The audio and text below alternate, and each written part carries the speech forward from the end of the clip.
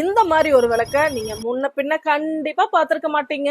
அந்த பஞ்சபூதம் 5 எலிமெண்ட்ஸ் சொல்றோம் இல்லைங்களா, அதோட இம்பேலன்ஸ்னாலதான் வாஸ்து குறைபாடு வருது. என்ன, ஜன்னல் இருக்க வேண்டிய இடத்துல இல்லைன்னா காத்து வராது, நெருப்பு எரிக்க வேண்டிய இடத்துல நெருப்பு எரிக்கலைன்னா அக்னி மூலையில பிரச்சனைன்னு சொல்லுவாங்க, மணி ஃப்ளோ இருக்காது. அந்த வாஸ்து குறைபாடை நீக்கிறதுக்கு பஞ்சபூத விளக்கு இல்லைன்னா வாஸ்து விளக்குன்னு இதை சொல்றாங்க. நிஜமாலுமே வாஸ்து குறைபாடு இருக்குதா இல்லையான்னு தெரியாது, அந்த உறுத்துனாலேயே நம்மளுக்கு டவுன்வர்ட்ஸ் ஆரம்பிச்சு. மாரல் சப்போர்ட்டுக்கு நம்ம அதுக்குன்னு ஏதாச்சும் ஒரு ரெமெடி பண்ணா நம்ம மனசு அதை நம்பறக்க ஆரம்பிச்சிடும். அதுக்காக தான் நான் 2 டைப்பான வாஸ்து விளக்கு உங்களுக்கு கொண்டு வந்திருக்கேன். இந்த பார்ட்டை ஃபர்ஸ்ட் கீழே வச்சுக்கோங்க, இதிரி போட்டு எண்ணெய் ஊத்திக்கோங்க. அதுக்கப்புறம் இதைய பிளேஸ் பண்ணிக்கோங்க. இதுல இந்த ஓம் வெளிச்சத்துல நம்ம இந்த இதுல சுத்தியும் சூடு வெளியே வர ஆரம்பிக்கும். அதுக்கு மேல இதைய பிளேஸ் பண்ணிக்கோங்க. இதுக்கு மேல இதுல தண்ணி ஊத்தி நம்ம நிவ்ராவோட பச்சைக்கற்பூர மிக்ஸ் போட்டுக்கோங்க. அது உங்களுக்கு நல்ல ஃப்ராக்ரன்ஸ் இருக்கும். அதே மாதிரி உங்களோட நெகட்டிவ் ஆராவை கிளென்ஸ் பண்ணும். அதுக்கு மேல இந்த இதை வச்சுட்டு இதுலயும் திரி போட்டு எண்ணெய் ஊத்தி தீபம் போட்டுக்கோங்க. இதுக்கு மேல இதை வச்சுக்கோங்க. இந்த விளக்கு எரிய என்னன்னா நம்ம வீட்டுல கண்ணுக்கு தெரியாம இருக்கிற அந்த இம்பேலன்ஸ் குறையறதுக்கு கண்டிப்பா ஆரம்பிக்குது. நிறைய பேர்த்தோட அனுபவங்க இது. வாஸ்துல ஏதாவது ப்ராப்ளம் இருக்குது, நம்மளுக்கு ஏதாச்சும் இருந்தா பரவாயில்லன்னு தோணுச்சுன்னா